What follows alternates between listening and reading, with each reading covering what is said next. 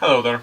So I've gotten myself a new Dragon dildo in the form of this beautiful X-Fusion metric freeride fork, which is going to replace this rather worn out SR Santur Drolax something on my freeride bike, freeride.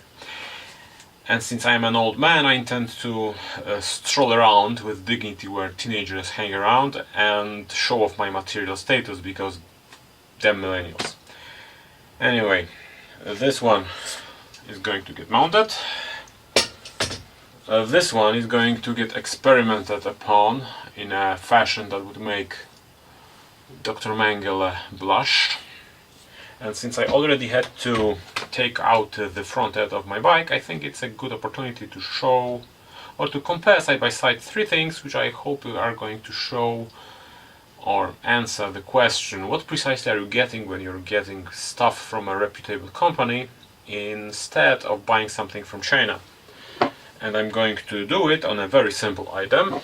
All bikes have it, and it is a stem. This one's from China. This is an Easton Havoc, whatever. And this one's from China. So, let's get started. Alright then, so these are our patients.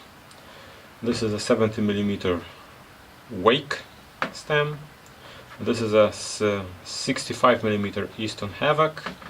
And this is a 60mm wake as well. These two are China. This one is obviously branded with a reputable brand. Okay, so let's start with this one, as this is the cheapest of the bunch. It is a 70mm red anodized, although it's a fake red because in reality it's more of a pink color. It weighs around 166 grams, so there you go. And it is a copy of a product from a company or from a brand called Fun, and their product is called Funduro.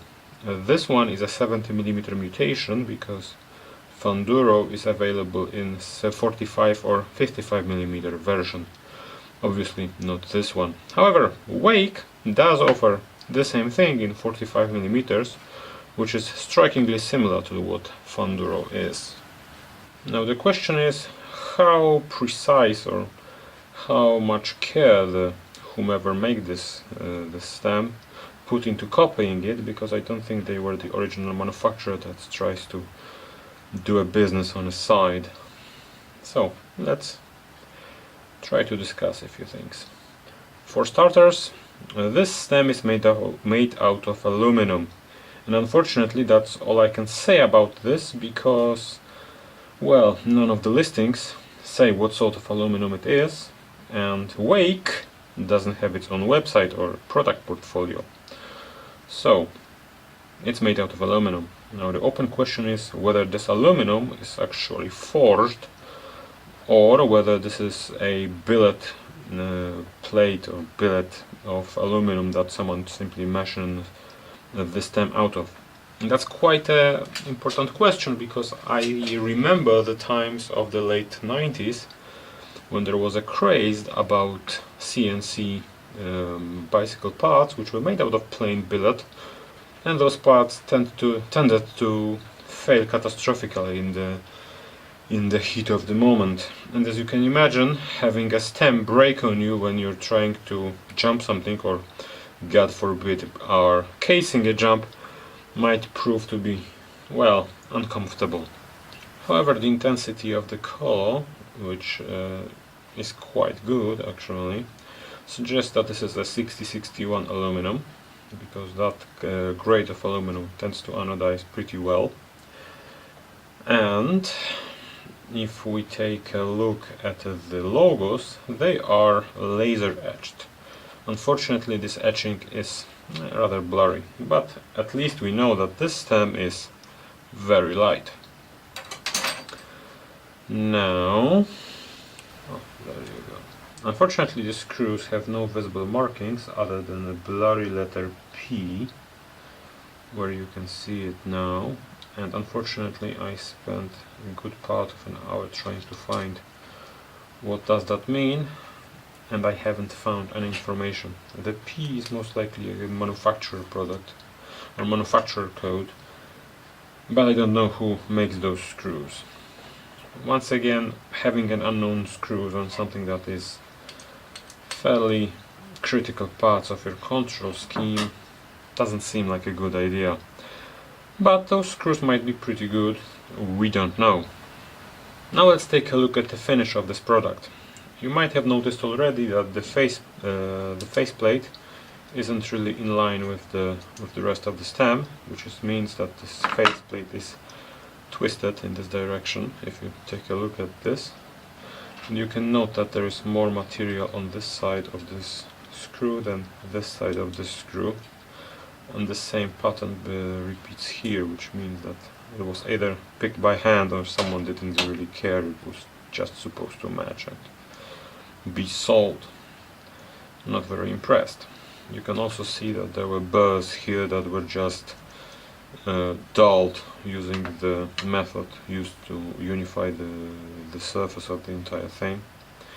And the finishing before the anodizing, the removal of sharp edges, was done using a method that's very cheap, which is simply blasting the entire thing with sand or some sort of other material that blurs the edges and removes excess material or burrs or things you don't really want. The net result, however, is that there are a few sharpish edges in this item where you simply couldn't find a way to apply the material. Here is one such edge, and I don't think you can hurt yourself, but it's not really a nice thing to do, a nice thing to have. I mean, no one wants to get hurt when they're installing stuff. You can see that the faceplate hasn't been finished with the same method or the same care as the entire body of the stem, because you can still see the markings of the machining process, and the shade of the anodizing is a bit different. Overall, this item screams, I'm cheap and I'm made cheaply, and its price reflects this because it cost $7 with free shipping involved. So let's take a look at the other stem. This one is also by a brand, Wake. Once again, no information online what sort of manufacturer is behind it, or conglomerate of manufacturers or whomever. Obviously this is gold anodized, and this is a 60mm stem with a 17-degree downside angle, or downward angle.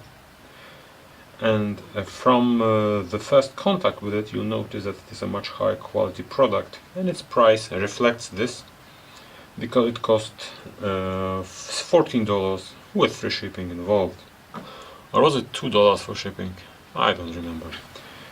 This stem is obviously also a copy, because Wake doesn't seem to make their own designs, so they are either an original manufacturer or they just copy stuff. Anyway, this stem is a copy of a stem by a company called Da-Bomb, which shares the same shape, although is available in a form which is a universal mount for both 35 and 31.8mm handlebars.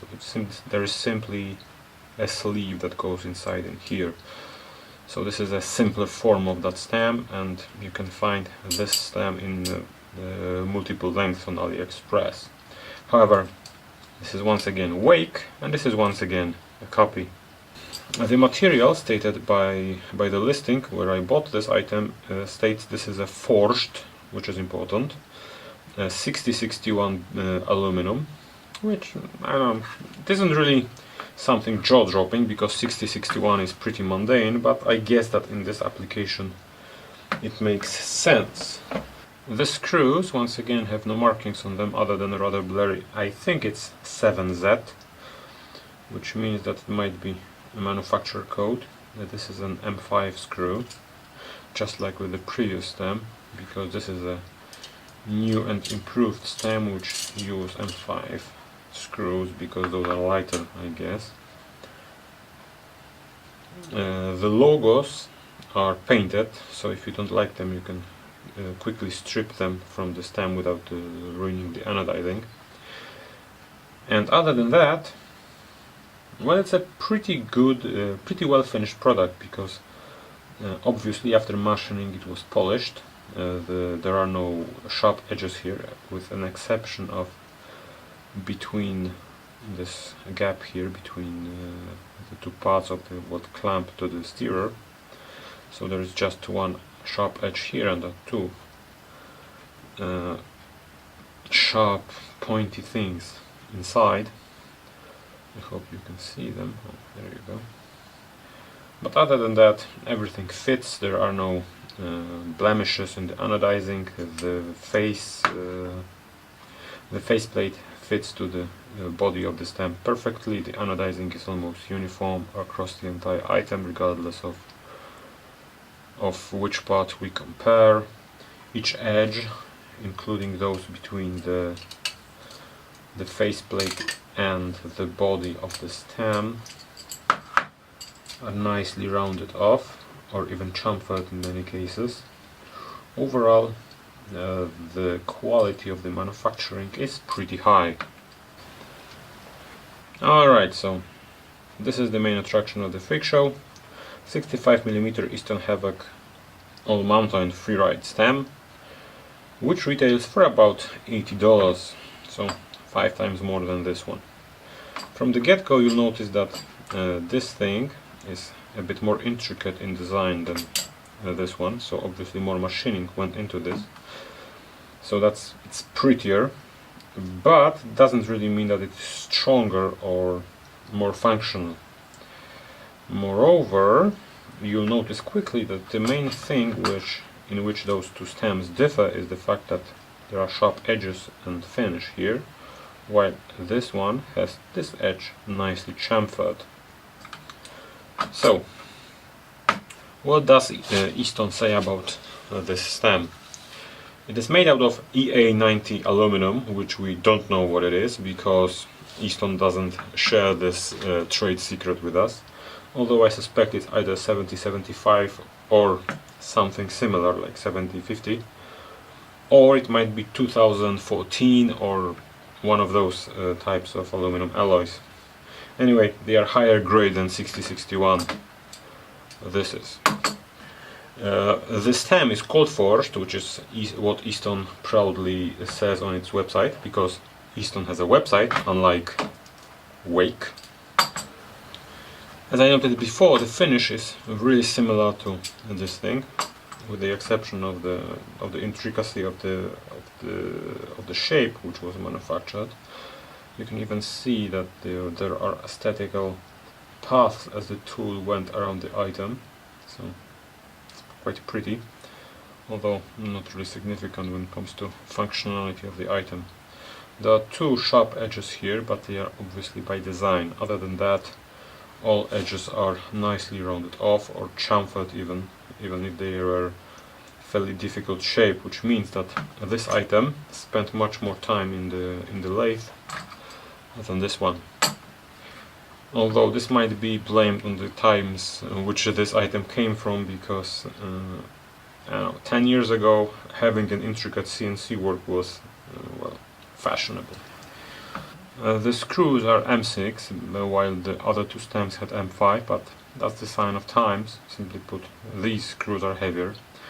They have a little T stamped inside of them, and once again I wasn't able to find what sort of marking is this, although most likely it is a manufacturer brand or manufacturer stamp. Other than that, the screws have no markings on them, so we don't know what they are. The interesting feature of the stem is what Easton says is called top lock, which means that unlike in these kinds of stems, the faceplate is supposed to be flush with the top of the stem, and you clamp the faceplate from the bottom, which is one of those interesting, although probably not really significant features high quality bicycle stuff tends to have. Okay, so what's the conclusion? Well, let me start with when you're buying a high quality stuff or higher quality or well established brand or well established boutique brand such as Easton or Hope or whatever, one of the things you're buying for is obviously aesthetics, and aesthetics in the form of bicycle components usually comes at the cost of machining. This is a rather simple shape to make. If you have a 6-axis machine, you can make one yourself. The Easton stem I have behind me is more complicated and thus requires more machining time, and that's cost because machines are usually built by the minute, not by the items produced. So if your machine spent, I don't know, an hour making something, then that thing is going to be more expensive than if your machine spent 20 minutes on that thing. This is the reason why this thing, while being functionally identical to this one or that one, parameters notwithstanding, obviously they are 60-70 millimeters. Anyway, while this is functionally identical, a very cost-saving measure done by manufacturers of this stem were essentially down to machining and saving on the time this is spent in the machine shop. It was done quick, it was done not necessarily precisely, it was supposed to be just working. On the other hand, the Easton behind me obviously spent a considerable amount of time in machining and in the post-processing and anodizing and what have you. Probably testing, but that's beside the point. That's the next point I'm going to be touching upon. It spent more time in being manufactured and obviously it is more expensive. The next important thing is as I noted before, testing. Big brands such as Easton, Shimano, whatever well-established brand there is which sells under its own brand in Europe or United States, usually sells stuff that went through very rigorous testing, whether it is safe, because well, selling unsafe stuff is bad for business. On the other hand, this is a copy. Whoever made this doesn't really care, so they are able to skimp on testing and hope that whatever they're copying was made well. And now the big question is that whether they are actually copying something with all the details by the original brand, or whether they are just well, making something that looks very similar but isn't really the same thing. You see, it's really difficult to note whether changing the material of something to save $5 or $2 on each item you are manufacturing, you're making, is going to significantly change the properties of the item. For example, if this one in its original form, the Fanduro, relied on this being made of 70-50 aluminum or whatever, changing it to the cheaper type of aluminum might make this actually dangerous to ride. So when you're buying a well-established brand, you're essentially buying into something that's safer to use than Chinese knockoffs. The third thing to note when you're buying good stuff is obviously the implicit trust or tax on the trust you have towards the company. After all, for example, I don't know, Hope has existed for 20 years now and they produced very high quality stuff for the last 20 years. Let me show you something. This is a Hope 6Ti, which is 14 years old I believe, and it still functions perfectly well, and I can still buy replacement parts for it. Actually I had to buy the piston seals for one of my sets because I have 4 of them, because they're great. Anyway, Hope is a well-established brand, so I paid extra for a few pieces of rubber and hope to use this brake for another 10 years. Obviously, paying for something like that, you're paying for a company that makes stuff well, and since you as a customer can't really check whether this stuff was made well, you trust them that they did. Another thing you're paying for when you're buying a better stuff is all those little features that usually come with it. Even with such a simple item as a stem, the Easton there has a feature called top lock, top something, which means that the faceplate is mounted to the body of the stem, like here, or like there, but you can't really see this, and I don't want to move the camera setup. But the face of the stem is held securely to the body, and you're clamping the bars by tightening the bottom two screws. Whether that's a good thing or bad thing, I don't know, but it's a feature, and many of the higher grade stuff usually contains or has some features like that. For example, a really basic Altus shifter just allows you to upshift, I think, 3 gears up and downshift 1 gear down, while if you bought a Saint shifter, for example, you could upshift 5 gears up, you could downshift 2 gears down, and you could downshift in 2 directions, which means that you have more options to gear up, gear down. It's a nice little feature, and considering that Saint in and of itself is a high quality group, you get better materials, you get better everything. Whether this the better part is proportional to the extra cost is up to a debate, but you are getting usually better and well-refined stuff. Now the last part is whether it is actually worth it, because you see, this stem and the Easton obviously all have been mounted to the same bike, which is behind me, and all of them performed admirably, although this is just a stem. And I hope that if I were using this one for longer than a few days, because I was trying to set up my cockpit the way I wanted to, then I hope that after 2 years of riding whatever I would be riding, it wouldn't break. I am fairly certain, because I trust the higher quality and testing of Easton, that the Havoc there is not going to break.